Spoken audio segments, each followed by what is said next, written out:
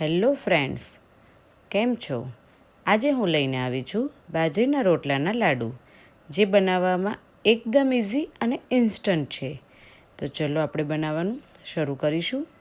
સૌપ્રથમ અહીંયા મેં બાજરીનો જે રોટલો લીધેલો છે તેને આપણે બંને હાથેથી આ રીતના એકદમ ઝીણો ઝીણો મસળી લઈશું. અહીંયા રોટલો તમે એકદમ ગરમ પણ બનાવીને લઈ શકો છો અને ઠંડો પણ લઈ શકો છો.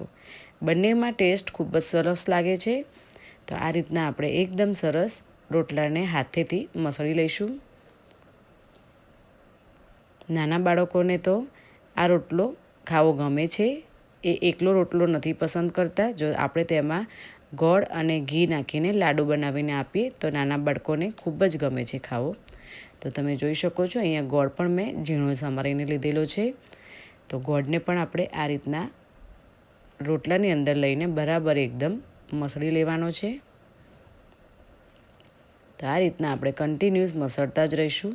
અને હવે આપણે ઉપરથી ઘીને પણ એડ કરીશું. અહીંયા ઘી મેં થોડું ગરમ કરીને લીધેલું છે.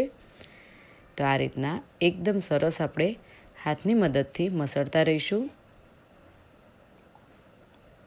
અને હવે આપણે તેમાંથી લાડુ બનાવી લઈશું. તો આ રીતના લાડુ એક બની ગયો છે ફ્રેન્ડ્સ આપણો. તો આપણે બીજો પણ લાડુ બનાવી લઈશું. છે ને ફ્રેન્ડ્સ, એકદમ ઇઝી અને ઇન્સ્ટન્ટ રેસીપી. તો તમે પણ આ રેસીપી ઘરે ચોક્કસ બનાવો. કેવી બની છે તે કમેન્ટ કરવાનું તો ભૂલતા જ નહીં. આવી જ રીતે આપણે મળતા રહીશું અવનવી રેસીપી સાથે. Thank you.